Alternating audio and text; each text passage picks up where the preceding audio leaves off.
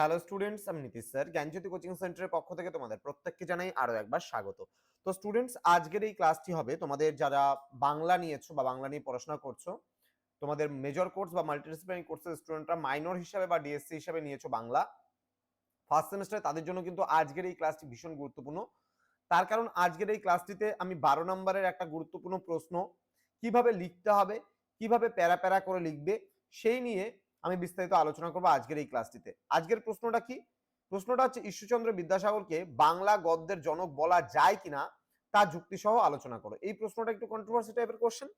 তো আমি বিস্তারিত ক্লাসটি আলোচনা করার পূর্বে তোমাদেরকে বলে রাখি, যারা এখনো আমাদের চ্যানেলটিকে সাবস্ক্রাইব করোনি তারা অবশ্যই চ্যানেলটিকে সাবস্ক্রাইব করে পাশে থাকা বেল আইকন অল প্রেস করে রাখো, যাতে নেক্সট টাইম থেকে কোনো ভিডিও আপলোড করলে তার নোটিফিকেশনটা তুমি সবার আগে পেতে পারো। এছাড়া যারা ভাবছো যে অনলাইনে আমাদের ক্লাস জয়েন করবে, নোটস নেবে পরবর্তী সেমিস্টার বাই সেমিস্টারে, তাহলে অবশ্যই যোগাযোগ করবে আমাদের অফিসিয়াল নাম্বার 7076398606 নাম্বারে অথবা 6295916282 নাম্বারে। তোমাদের টোটাল কোর্স ফি রয়েছে তোমাদের সাধ্যের মধ্যে। যারা মেজর কোর্সে রয়েছে অল সাবজেক্ট যদি সরাসরি আমাদের কাছ থেকে নাও, তাহলে যে কোর্স ফিটা পড়বে আমাদের সেটা হচ্ছে 1199, এবং যারা মাল্টিডিসিপ্লিনারি কোর্সের স্টুডেন্ট রয়েছে তাদের জন্য কোর্স ফি রয়েছে 699 রুপিস। তো দেরি না করে তোমরা ইজিলি আমাদের সঙ্গে যোগাযোগ করতে পারো। চলো শুরু করছি আজকের ক্লাসটা কিভাবে লিখতে হবে। এছাড়া ভিডিও ডেসক্রিপশন বক্সে তুমি যদি একটু দেখো ডেসক্রিপশনটা, তাহলে দেখবা সেখানে আমাদের অ্যাপের লিঙ্ক দেওয়া আছে। সেই অ্যাপ থেকেও কিন্তু তোমরা নোটস চাইলে নিতে পারো। সেখানে রেকর্ডেড ভার্সনে class notes each and everything দেওয়া আছে। চলো কি বলছে দেখো। প্রথমত তোমরা যদি জাস্ট একটা বক্সের মতন করে দিতে পারো বা গোল একটা টাইপের করে দিয়ে পয়েন্টের জাস্ট একটা করলে লিখবে, ঊনবিংশ শতাব্দীর বাংলা সাহিত্যে ঈশ্বরচন্দ্র বিদ্যাসাগর এক ধ্রুব তারা। বাংলা গদ্যের বিকাশে তার অবদান এতটাই বৈপ্লবিক ও সুদূর প্রসারী যে তাকে কিন্তু সাধারণ বিচারে বাংলা গদ্যের জনক বলা হয়ে থাকে। তবে সাহিত্যের ইতিহাসে বা সাহিত্যের ইতিহাস যদি আমরা বিশ্লেষণ করি, তাহলে দেখা যায় যে তার আগেও কিন্তু বাংলা গদ্যের অস্তিত্ব ছিল। তাই তাকে আক্ষরিক অর্থে জনক বলা হবে নাকি গদ্যের প্রথম শিল্পী বলা হবে, তা নিয়ে কিন্তু সমালোচকদের মধ্যে কিন্তু বিতর্ক থাকলেও গদ্যকে সাহিত্যিক রূপ দেওয়ার কৃতিত্ব কিন্তু নিঃসন্দেহে তারই। তাহলে তিনি কেন, বাংলা গদ্যের জন্য তার ভূমিকা বা অবদান কতটা রয়েছে, সেটা প্রথম তুমি একটা প্যারাগ্রাফ করে তুমি কিন্তু লিখতেই পারো। ঠিক আছে, তারপরে প্যারাগ্রাফ চেঞ্জ করে কি করবে দেখো। বিদ্যাসাগরের আবির্ভাবের আগে বাংলা গদ্যে নিদর্শন থাকলেও তা ছিল কিন্তু অসংলগ্ন, মানে অতটা ছিল না, এবং সাহিত্যিক গুণ বর্জিত ছিল কিন্তু গদ্য সাহিত্যটা। পরবর্তীতে উইলিয়াম কেরি, রামরাম বসু, মৃত্যুঞ্জয় বিদ্যালঙ্কার প্রমুখ গদ্য রচনা শুরু করেছিলেন, কিন্তু তাদের গদ্য ছিল আড়ষ্ট। রামমোহনের গদ্য ছিল যুক্তি নির্ভর এবং বিচার বিতর্কের বাহন। তাতে হৃদয়ের আবেগ বা সাহিত্যের নমনীয়তা ছিল না। তৎকালীন গদ্যে ছেদ চিহ্নের ব্যবহার কিন্তু ছিল না। পদবিন্যাস ছিল বিশৃঙ্খল এবং ভাষা ছিল হয় অতিরিক্ত সংস্কৃত ঘেঁষা নতুবা গ্রাম্য দোষে কিন্তু দুষ্ট। 1847 সালে বেতাল পঞ্চবিংশতি প্রকাশের মাধ্যমে বিদ্যাসাগর বাংলা গদ্যে এক নতুন যুগের কিন্তু সূচনা করেছেন। তার অবদানগুলিকে আমরা নিম্নলিখিতভাবে ভাগ করতে পারি। বিদ্যাসাগরের প্রথম বাংলা গদ্য ইংরেজি রীতির অনুকরণে, যেমন কমা, সেমিকোলন ইত্যাদি জ্যোতিচিহ্নের সার্থক ব্যবহার কিন্তু করেছেন।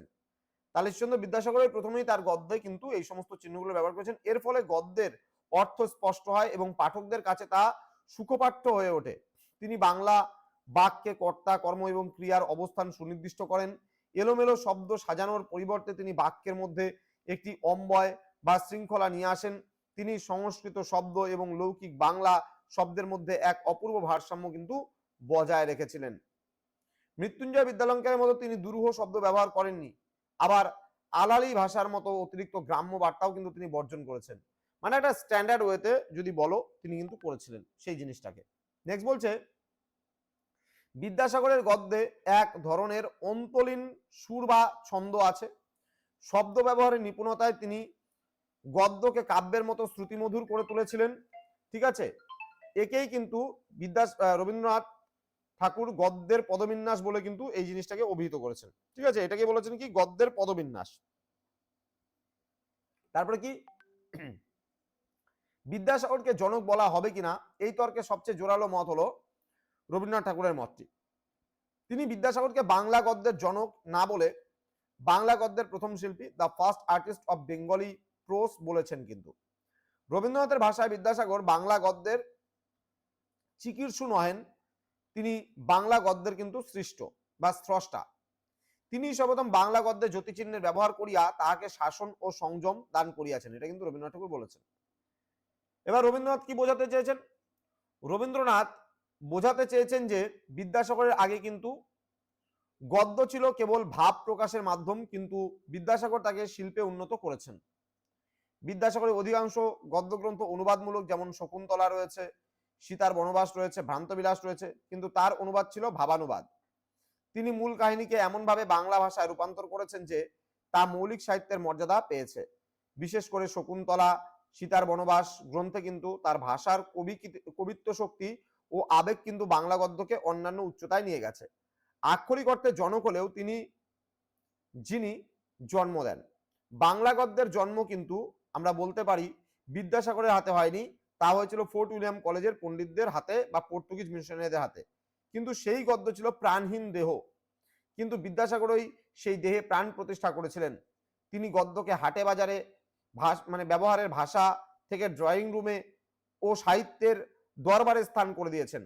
তাই ঐতিহাসিক বিচারে তিনি গদ্যের আদি পিতা না হলেও গুণগত এবং সাহিত্যিক বিচারে কিন্তু তিনি অবশ্যই আধুনিক বাংলা গদ্যের কিন্তু জনক, এটা আমরা বলতে পারি।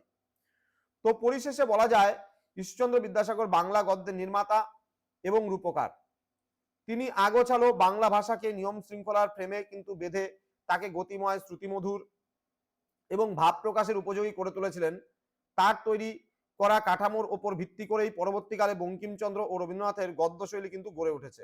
তাই রবীন্দ্রনাথের কথার রেশ ধরে বলা যায় তিনি কেবল বাংলা গদ্যের জনক নন, তিনি বাংলা গদ্যরীতির সার্থক ও প্রথম শিল্পী। তো এই ছিল আজকের ক্লাস, যেখানে আমি মোস্ট ইম্পর্টেন্ট কিছু একটা গুরুত্বপূর্ণ প্রশ্ন কিভাবে লিখতে হবে তোমাদের, সেই 12 নম্বরের প্রশ্ন নিয়ে আলোচনা করলাম। তোমরা যারা এখনো পর্যন্ত আমাদের চ্যানেলটিকে সাবস্ক্রাইব করোনি, তারা অবশ্যই চ্যানেলটিকে সাবস্ক্রাইব করে পাশে থাকা বেল আইকন অল প্রেস করে বন্ধুদের সঙ্গে ভিডিওটি শেয়ার করো, যেন প্রত্যেকের কাছে আজকের এই ক্লাসটি পৌঁছে যেতে পারে। দেখা হচ্ছে খুব তাড়াতাড়ি আরো একটা নতুন ক্লাস নিয়ে। তোমরা প্রত্যেকেই ভালো থেকো, সুস্থ থেকো। Thank you so much, thanks for watching after all, thank you.